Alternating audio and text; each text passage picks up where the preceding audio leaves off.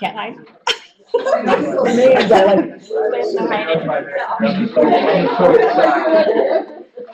Okay, Christina.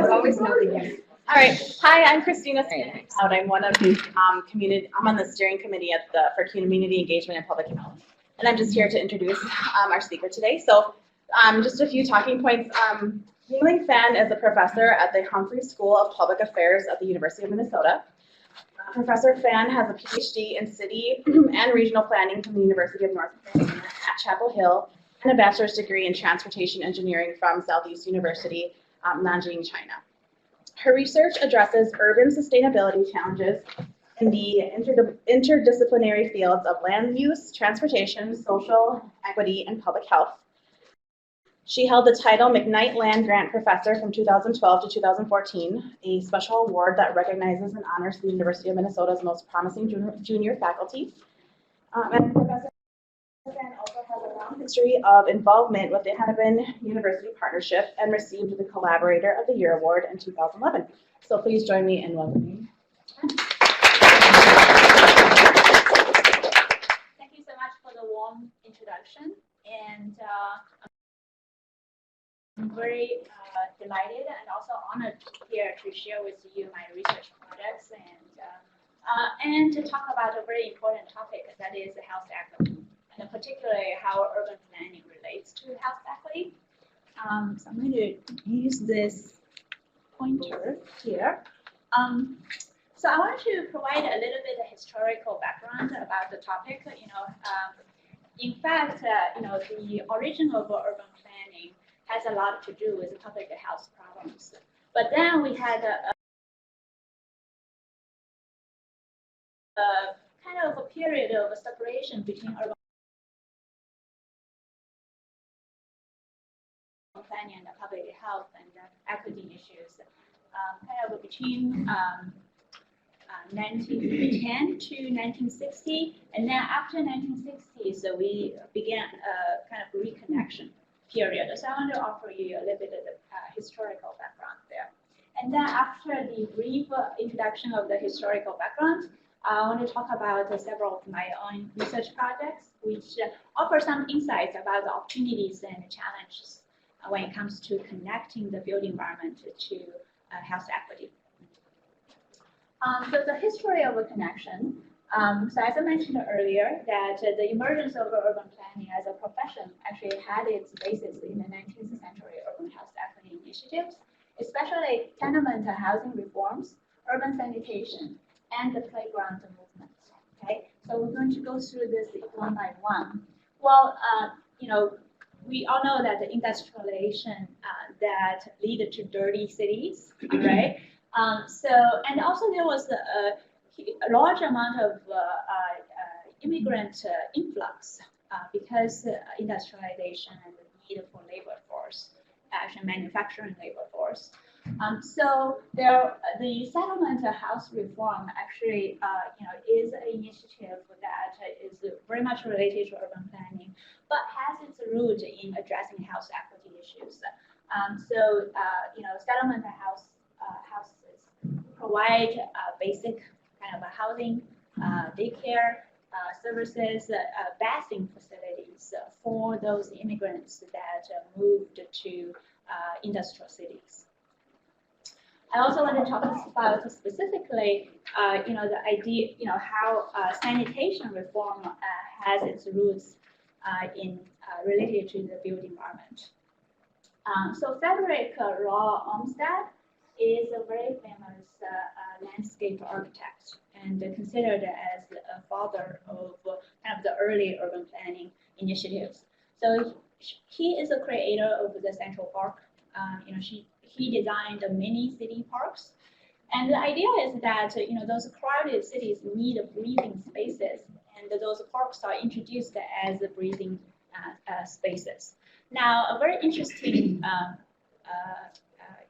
kind of information to share is that during the President Lincoln period, that Frederick Law Olmsted, as a landscape architect, is actually the head of U.S.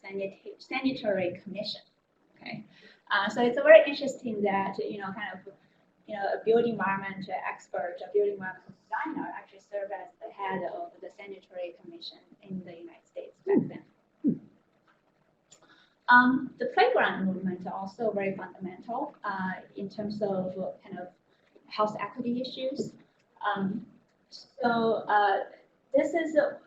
This quote is from Theodore Roosevelt, and he suggested that kind of the need to play is very fundamental to human development, especially to child development. So he suggested that it's very important to introduce playgrounds and with actually proper supervision. So early advocates for playground, they typically consider play as a human nature. So we just offer playground and not necessarily to offer a program, structured program around the playground. But then during the time, there are a lot of kind of evidence showing that play can be more vigorous and more systematic with supervision. So a lot of the structural programs developed around, playgrounds. Okay, and that is a very fundamental kind of human equity initiative. So despite the glorious beginning that where urban planning and the health equity initiatives were very much connected, we had a separation period where, in the health profession that, earlier, in the industrial cities where it's very crowded, a lot of the health initiatives focus on how disease traveled. Okay, so that's why the building environment and urban planning is so relevant. But later it becomes trying to figure out, how we treat the diseases, right? The disease management piece becomes very important.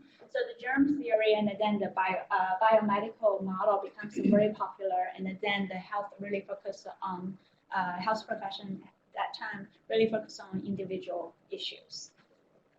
The planning profession also developed during that period, where focused on kind of making cities more visually pleasing and also more efficient.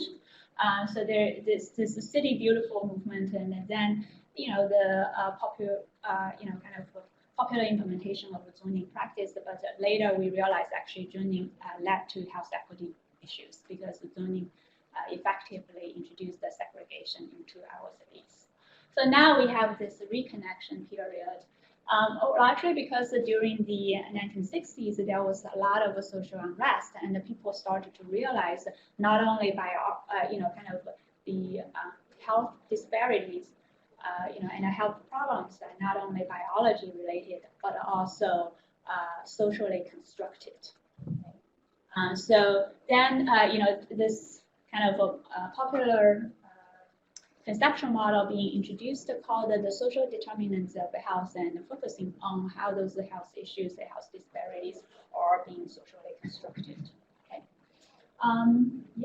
So in fact, the profession, there's this emerging discipline, which is the social epidemiology, particularly focused on how the built environment, how the policy, the culture contributes to health outcomes, different health outcomes. So with that historical background, I want to tell you that it's not easy to connect urban planning, connect the built environment to health equity. And I will talk about challenges, but also I'll talk a little bit about the opportunities, because where the challenges are lies the opportunities, right? So for example, residential segregation is a problem, but it also points to potential solutions where, for example, some of the parks can be places where we introduce the intervention, right, where we can penetrate in the communities. So this is a project I did several years ago where we look at particularly the health benefits of neighborhood greenness.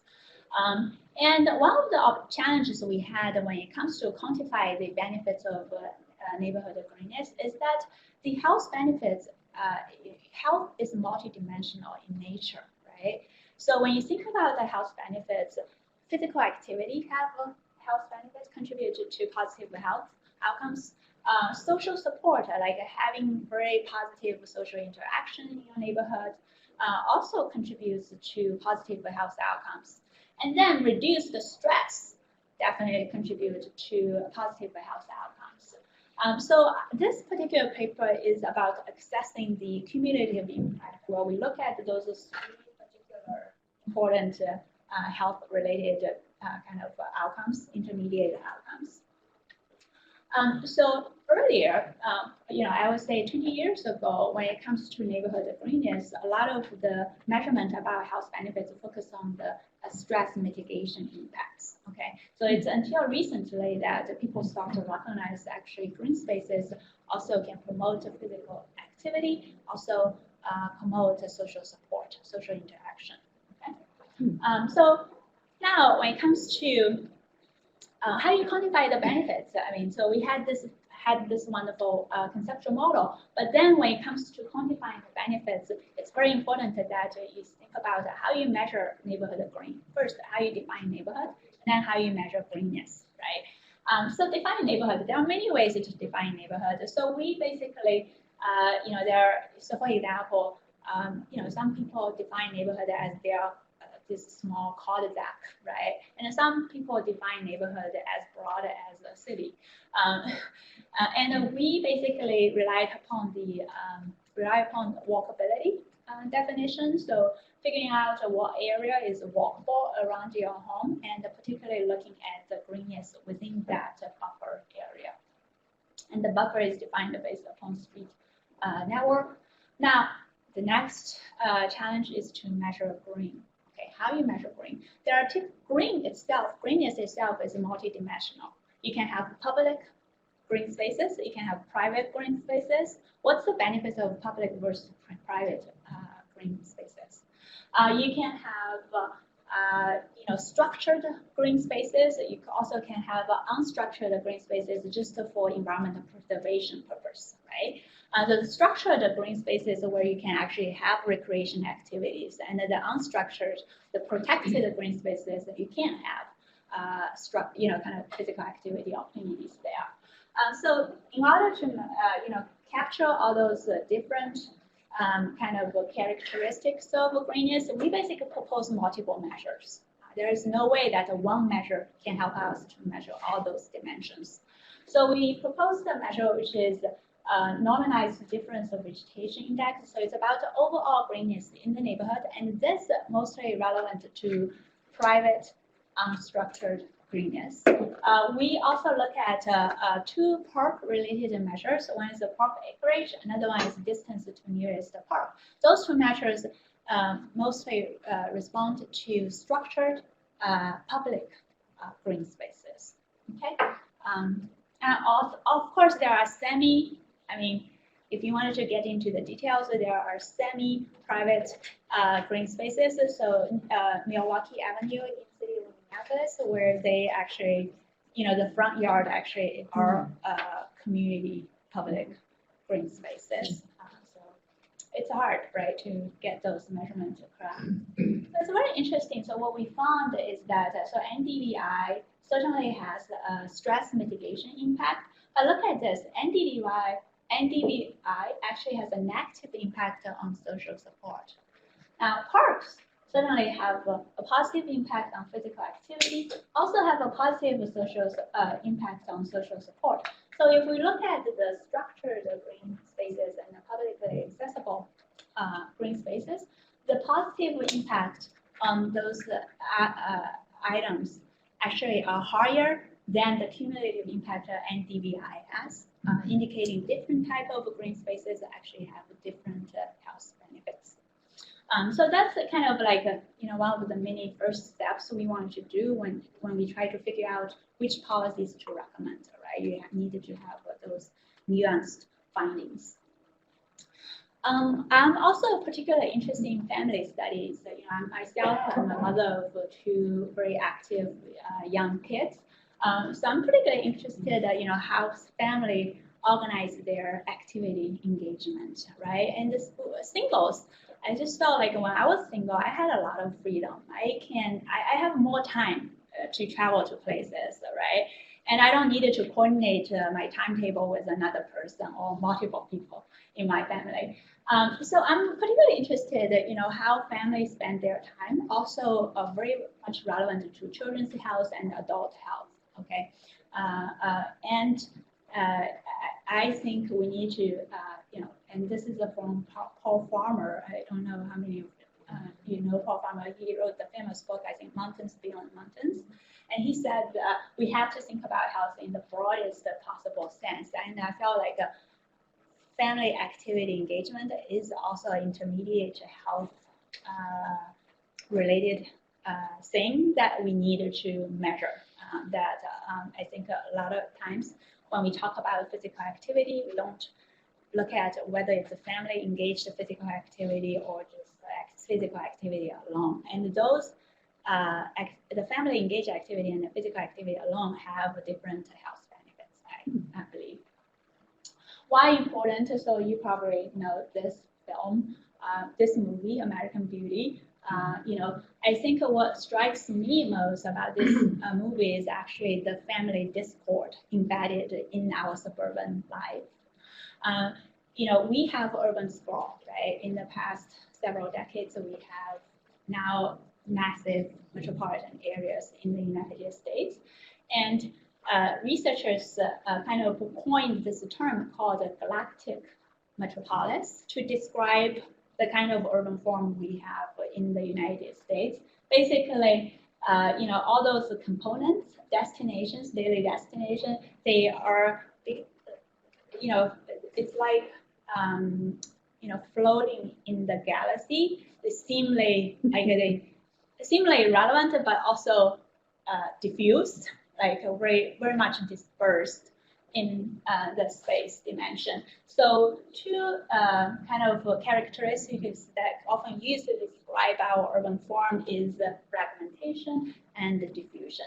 Now, if you have all those daily activities physically apart from each other, what you will end up with, you travel more, and very likely you have less time for your family, less time to, less opportunity to coordinate everybody's timetable. So, the time dimension is very important, when we look at family activity engagement. In the United States, on average, each individual spends about 80 minutes traveling to different locations. This number is twice as much 30 years ago. Okay, so we spend more time in traffic, traveling to different places. And if you look at specifically, this is just on average. Okay, on average, 77 minutes spent traveling. Out of it, 67 is driving minutes, and only 3 minutes of walking and parking combined. Okay, so we not only spend more time traveling, we also traveling longer distances. Okay, that's part of the reason that we rely upon driving so much. And that amount is actually twice of the average time that U.S. People spend on socializing. Four times of that of exercise. So in the United States, on average, each individual only spend about 17 minutes on exercising. Okay. So I'm a GIS person, so I often use maps to illustrate, right? So if we think about, each of us have our own individual activity space. So in a suburban area, you would have much larger. If you live in a suburban area, you have much larger activity space. Now, if you live in a downtown area, you have much smaller activity space, and those have implications in terms of family activity engagement. So this is my kind of wearing my academic hat right now. So there are actually theories perfectly explaining this connection there. So now let's say we have a husband and a wife. So the husband, has a full-time job. Let's say wife has a part-time job. Just example, in reality, it could be the opposite. So now, if you look at the husband and the wife's daily activity space, right? The locations that they can do joint activity is very limited. Okay, that is the joint potential activity space, JPAS I use there. So very limited. So now, what kind of activity opportunities actually exist in that limited activity space is very important. Whether there are recreation opportunities actually for located in that space, so that the family can carry out a joint physical activity. So we did some kind of event, we use the data set and test out the relationship, and it is true that the spatial accessibility plays a more important role in joint recreation activity engagement. Okay, so if you live alone, spatial accessibility is not that important predicting your recreational activity engagement, but if you live with someone and you want to carry out a joint recreational activities, spatial accessibility plays a very strong role predicting that likelihood. So we also did a study in city of Minneapolis. I worked with Jennifer Ringgold at Minneapolis Park and Recreation Board, and we did this splash project about 4 or 5 years ago. And it was a very interesting results that coming out of this splash project, which is a survey of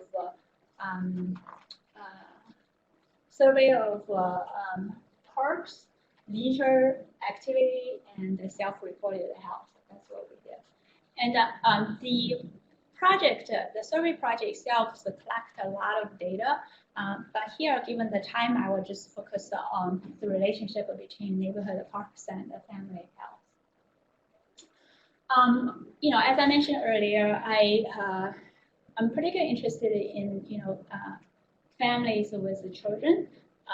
Because a lot of us don't realize actually families with children quite disadvantaged in terms of the amount of leisure time we have, right?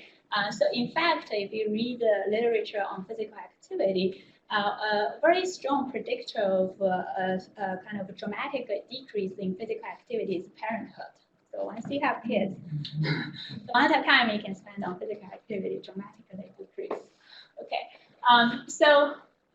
and also that I want to talk about the private spaces and the public spaces available for family activities as well. Because as the as a planner, we do not have a lot of power shaping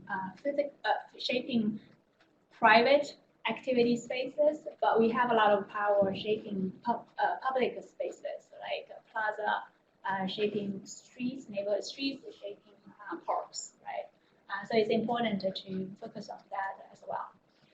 And then, as I mentioned earlier, that we have a serious issue of health disparity, and health disparity to some degree actually originated from the issue of residential segregation and poverty concentration, but also that origin of the problem can point to opportunities where the solutions are. So we also need a place-based solutions. If the problem itself is place-based, we need a place-based solutions. And also that it's important to quantify health impacts of parks. It's easy to quantify, the impacts of parks on property values. But the impact of parks on health is difficult to quantify and difficult to monetize. And we have to do a better job of quantifying them so that people understand the importance of those public spaces. I'm going to give you some example. The private sector totally understand how important it is. When it comes to family decisions, purchasing houses, purchasing cars, even here, they give you these pictures of where even the minivan can give you kind of quality family activity space. Just confine the space, give you this image, right? McDonald's, right? We actually, that's kind of like they're using those, they provide those opportunities and to attract customers, attract kids, Happy Meal, they have this Happy Meal. Then we have to think about, parks. How are we going to attract, like, we can tell people that, I mean, we offer, the public spaces offer free and low-cost activity opportunities. But at the same time that, are we doing a good job attracting people to spend their time and doing healthy things instead of going to McDonald's, instead of, kind of thinking about spending time in the minivan, right? Can we attract them to spend time in parks and doing, making healthy activity decisions? So we did this research project where we actually said before-after design. So we had a baseline measurement, and then we promoted kind of the relevance of parks in the community, and then did the after measurement as well. Okay. We also about half of our participants are participants in households with children. The other half are households without children, so we can, kind of provide insights about the family health relevance. We focused on 3 neighborhoods that are low income and minority dominant. Okay. And we found out actually Pardon Park has the least percentage of people that are being overweight and obese, and the Pardon Park also has the highest park-based physical activity levels, which is not surprising because the Pardon Park has that, wonderful park in the middle of the neighborhood. This is a very interesting purpose of park visits. Now, if you look at household with children and household without children, taking children is the majority of the reasons that families with children go to parks is to take children. Okay. Some other differences: exercise pet. 32% of the households without children actually go to parks because they will need to exercise pet. Only 12%. I guess pets are secondary to kids from families with children. So this is the reasons for selecting this park. So again, like walking and bicycling trails, is the 51% of the household without children, they select those particular park and trails because of that. Only 22% of families with children select park based upon that particular facility. Now, if you look at household with children, 34% of the people, they select a particular park just because the particular kids play area that park has. So I'm going to use the next 10 minutes actually to talk about a different line of my work, and this work is specifically focused on transportation infrastructure. Okay, and I am someone that's very interested in psychology research because we have to think our residents as customers, and we are serving their needs. Okay, and that's part of the reason I mentioned that. Well, think about what the private sector are doing, and the public sector needs to be a better job to compete for, people's time. How much time they can spend on in public domain, right? In the public space domain. Decision making, people's time use decision making and where they spend time has a lot to do with their experience at that particular location. So if we have to think about what kind of experience that we're actually giving people. And I think the transportation planners, for some reason, I felt like have not been doing a good job figuring out how to improve travelers' experiences. A lot of times the focus had been on efficiency. Okay? We need to get people to places. Okay? Travel time is often considered as a wasteful time. We don't create an experience for travelers. We just get them to somewhere. But think about it. If you go to a restaurant, what percentage of that experience directly related to food? Possibly only 30%. The majority of that, kind of whether you feel happy during the time, is about the setting of the restaurant. Who you are with, the kind of configuration of the restaurant environment. Being served. So people actually pay attention to your needs, right? So I think transportation planners, we have a lot to do in terms of thinking from that mentality, and actually a lot of city planners. What kind of places we are creating for our residents, for our visitors? What kind of experience, and can we make sure that they have positive experience, have positive emotions when they are spending time at those public spaces? And we often don't realize that in U.S. urban areas, on average, 30 to 60% of land areas is devoted to just transportation infrastructure, to street parking, public transit, bicycle lanes, and sidewalks. So, transportation is not an add-on component of our living environment. It is our living environment, okay? This is a line, one of my favorite lines, the transportation is an emotional landscape. You can't avoid. If you think about commuting, if that's the first thing you do going out, and how you feel during commuting going to impact your emotional experiences throughout the day. And there is this stereo flow that very popular in psychology research. So when you have positive emotion, you're more likely to get into, have positive experience in the next activity, right? So that's kind of it's very important. Transportation plays a very important role in terms of people's daily well-being.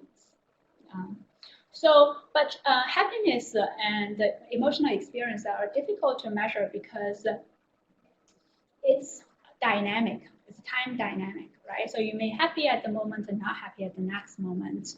So we want to capture that time, the dynamic nature of happiness. So we invented an app at the University of Minnesota where we try to capture kind of people's activity trip sequence in real time and using sensing data, the built-in smartphone sensors, so people don't have to report what did I do at 8 o'clock or did I at 9 and then report their experience.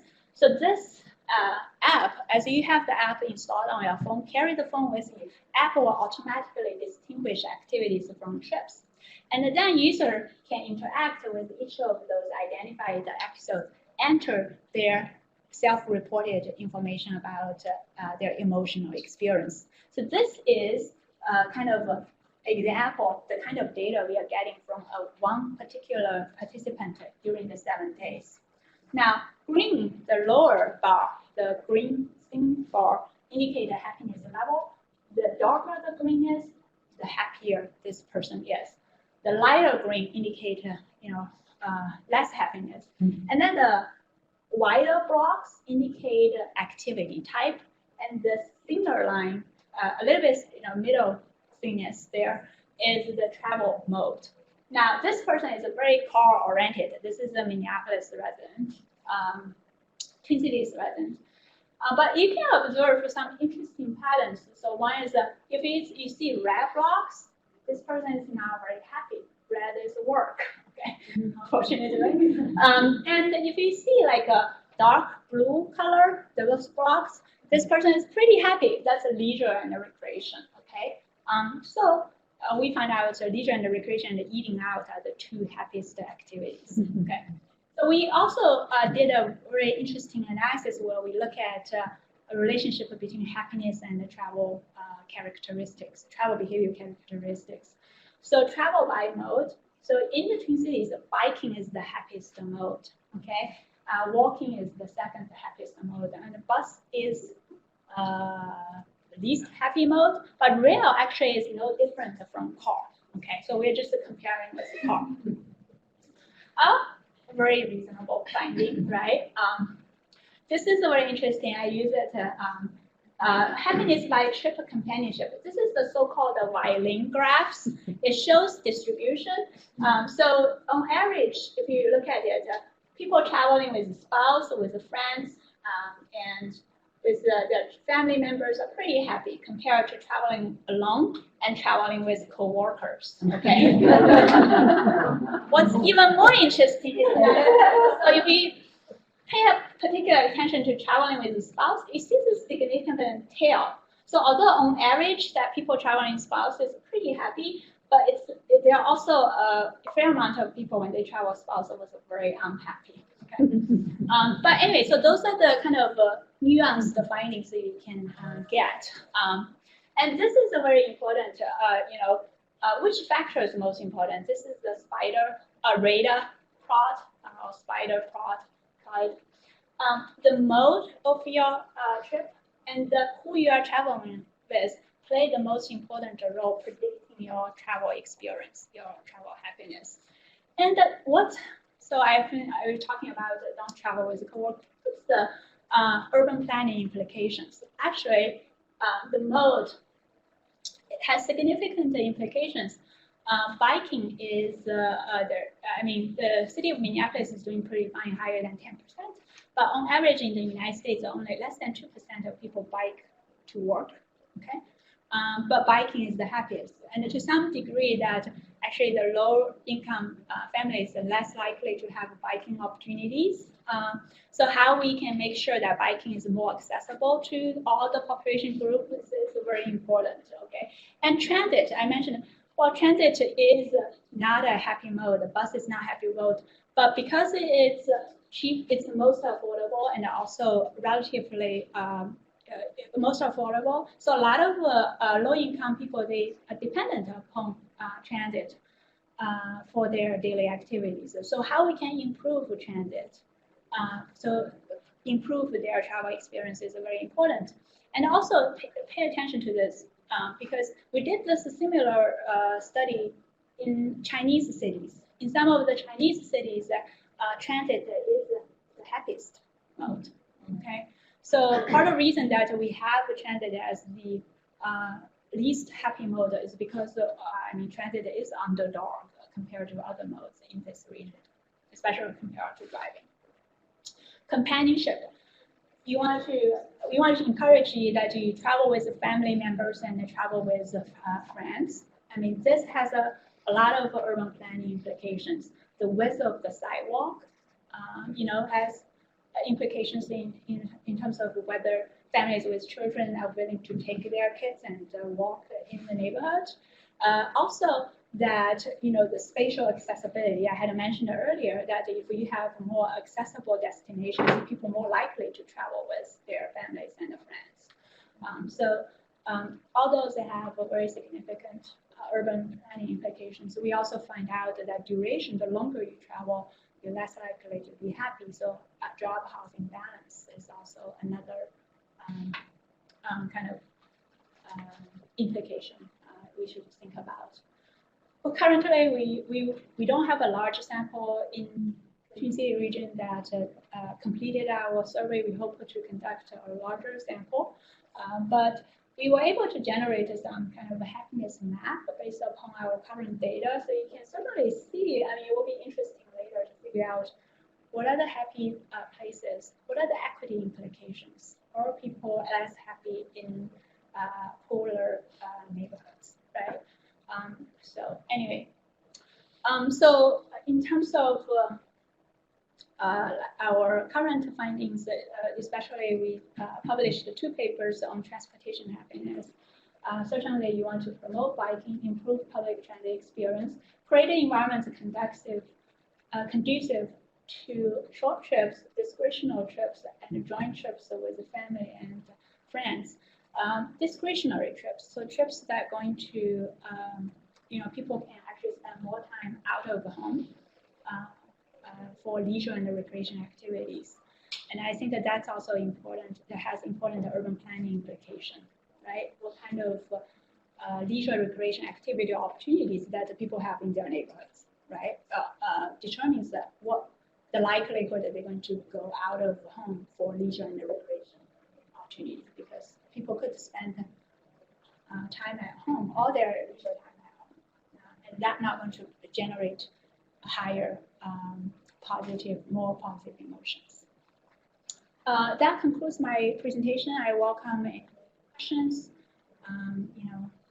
Again, thank you so much for the opportunity to present. I'm very happy because I know that all of you have first-hand experience dealing with public health issues and built environment improvements.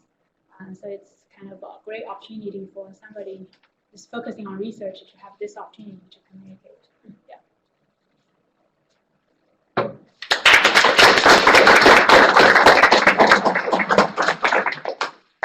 I'm Kathy Doty with the Hennepin-University Partnership, and now we'd like to just take questions from you, and we might have some questions from the people that are listening to this as well. So let's go ahead and start. Any questions or comments? I had one right off the bat. So biking, it was generally more a happier experience than being in a car, somewhat, but it seems like you need to really look more refined research, because obviously on a day that's pouring rain, Right. it's not going to be the same as 30 below, that sort of thing. So, or if you're biking in a place that's got a good bike route versus, you're maybe having to go through city streets and take chances with it. So is there, people are probably looking at that kind of refinement of the research too, right? Yes, so in fact, even I'm not showing all the graphs we generated. So for example, for the Minneapolis data, we did a research, we collected data in 6 neighborhoods. There are 2 lower income neighborhoods. One is Phillips. What's the other one? Somehow my brain is not functioning. Harrison? No, not the splash. The transportation happiness study we did. But we find out that a lot of 2 of the neighborhoods don't even have significant enough biking activities to put into the model. So we can't, whether there are sufficient number of biking trips, also an indication whether the community have sufficient infrastructure supporting biking. So certainly that the bikeability of the neighborhood play a significant role. I would argue that you mentioned about, for example, negative 20-degree winter bikers, right? Their happiness level actually could be very high, because I can tell you why. Part of the reason that bikers are happier is because most people, pretty much all the bikers, they chose to bike because they really like biking. They either identify with that value, it's a physical activity, also, or identify with the greenness of that mode, right? So they get the fulfillment, even doing biking in those heavy raining days and cold temperature days. Maybe they even like it more. Exactly. So that's part of the reason that I felt like what we don't realize is that if we just use existing data, right? So a lot of people, they drive not necessarily because they like driving or identify with the value of driving. It's because currently in this region, driving is the most convenient. So they have to drive, and a lot of people who take transit, it's not necessarily because they love transit, it's because they have to, because it's most affordable, right? So I think that aspect, understanding like what kind of modes provide what type of experience, that can really help us to think about the kind of transportation infrastructure we want to provide in the region. Yeah.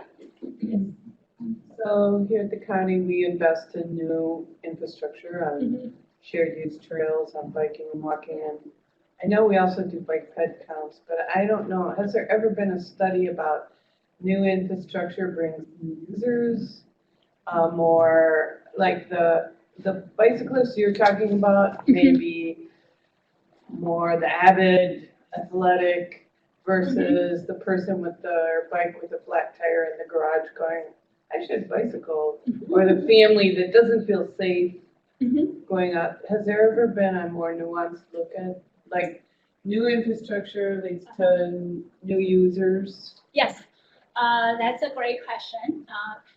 In fact, part of the reason that we don't have a lot of good information to answer that question is because we don't ask in the survey, what's your ideal travel mode? We just ask how you travel. But in some of the smaller surveys, so there are have been questions about what's your ideal mode. Do you want to consider other modes, mode shift? One of the survey we did with ABC ramp users, and 60% of the user want to shift their mode. So, so I think if we think about our society, the U.S. society is very car dependent. We are the most car dependent country in the world, right? So I think certainly the balance of our mode share currently, the current balance of the current mode share we have is not balanced, not ideal for a lot of people. Now, if you ask me, say, what should be the balance? So what percentage of people who really want to bike but didn't have the opportunity? We have to, so our job is to provide those people more biking options. We're not interested in saying that you have to love biking because it shows evidence showing that biking is the happiest. But we have to pay attention that because of our car dependency and our infrastructure being built to feed in that car dependency, there are a lot of people that wish they could have other transportation options. Yeah. Yeah, and I'm wondering too, we do bike ped counts here in the county a lot every year. Right. And would there be a way to tweak that a little bit to be able to document new users or not? I don't know. In fact, I think bike pass counts are not that useful to answer this question because we want to know the non-users. Right. We want to count out of all the non-users, what percentage of them wish they had the opportunity to bike. So that's why kind of like our system, the transportation management system is not very well positioned to measure people's ideal mode choice, but is well positioned to measure people's current, the status quo, which essentially reinforces the cycle of our previous investment patterns. Of cars. Yes. Yeah. Yeah. Yes. I love this research. Question for you on the difference in the happiness split between walking and biking, because I can't remember what the numbers were, but they didn't seem that different. And so, because of what you pointed out about the different motivation of bikers versus walkers, and warning about looking at the experience that we're providing for walkers, because walking and rolling is a much more accessible activity. It has much fewer barriers to participation, and we don't really pay very good attention at all to the environments that we're paying for walking. And then also that gets me to the second part of what you were just talking about is splitting our trips. So how many people would do a part of their commute by one mode, by a motorized mode, and then wish they could have some of their exercise and experience of the day walking or another mode for that last piece. Because if you have a job opportunity in your field and it's kind of far away, fewer people would bike 30 miles. My son will do it and bought 3 bikes in like 6 months. But that's not something I would participate in, especially with family obligations. So how do we measure, and then how do we account for the different experiences? Walking is a little bit more. Walking itself is multidimensional, and we find out with the research I didn't share today, is that it's really about whether you are walking for transportation or walking for recreation. So those two types of walking activities have very different emotional experiences. And so recreational walking has a much higher, much more positive experience compared to utilitarian walking. I mean, also part of the reason is that sometimes the utilitarian walking, walking not necessarily the ideal mode. People have to walk to places. So I think more research needs to be done to figure that out. Again, that finding when I mentioned about the utilitarian walking, not necessarily have very positive emotions, are from the national data, not necessarily it's the case here in the Twin Cities region. Just 1 minute, I thought that you had a question. Okay, all right. Question, Did the data change when weather was factored in as it relates to happiness and activity level? Unfortunately, we did not include the weather in our model, but we could potentially include that in the model. And basically that now weather is become the arrow term, right? So, but not necessarily kind of dramatically change the general relationship between travel mode and the travel happiness. But it's possible that, when the weather is nicer, that those motorized modes, the non-motorized modes, the active transportation modes would come with a higher positive emotions. So I'm wondering about your research in China and the fact that transit is the happiest mode, I think you said. Mm-hmm. So do you know what the top 3 factors are for that? And is there anything that's a lesson for us here in the United States? So transit itself, there are many different transit systems in China. One of the unique transit system in Chinese cities is the employer shuttle bus. So employer shuttle bus is the happiest. So I'm so glad you asked that question. It's not the city transit, it's actually the employer shuttle bus is the happiest because, when people being late on taking employer shuttle bus, they're not going to be blamed.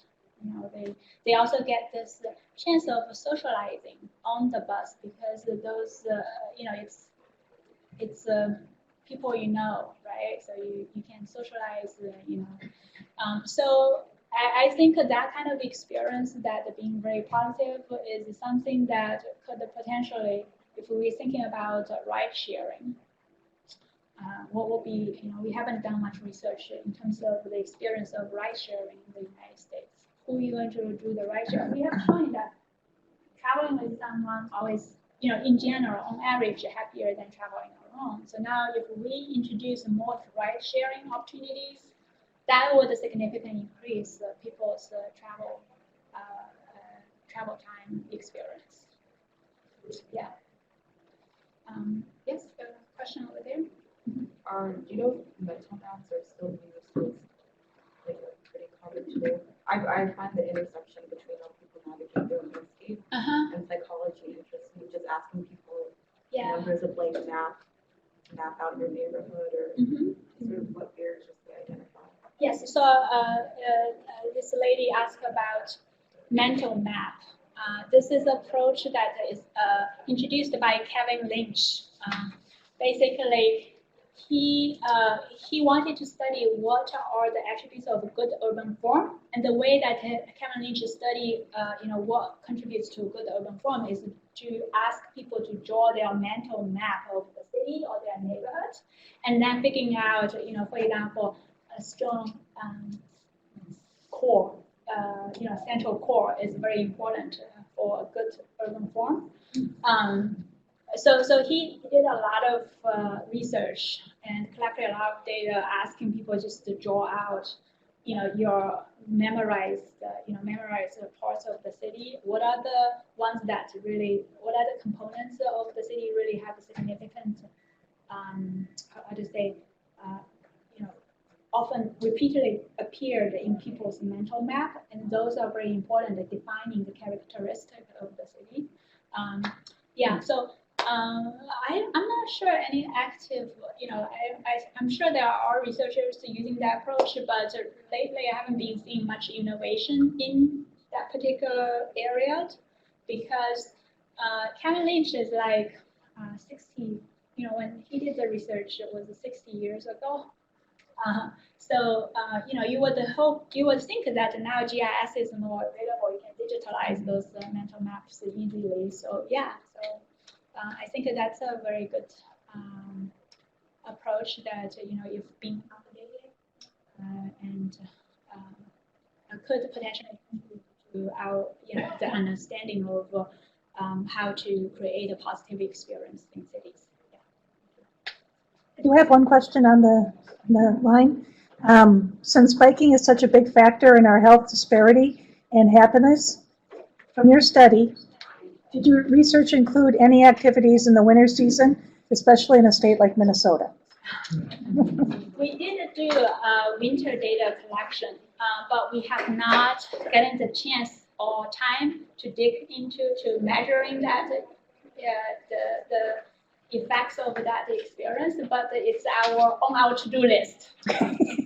Thank you. Let's thank Professor Pan again.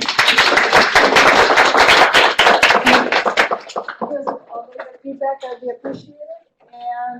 And the thing that I always ask the faculty member who's speaking, so Professor Fan, if anybody wants to get in touch with you and follow up with a question, is that okay? More than okay. Yeah. Okay, so. You need the slides, copies of the. I think Cassie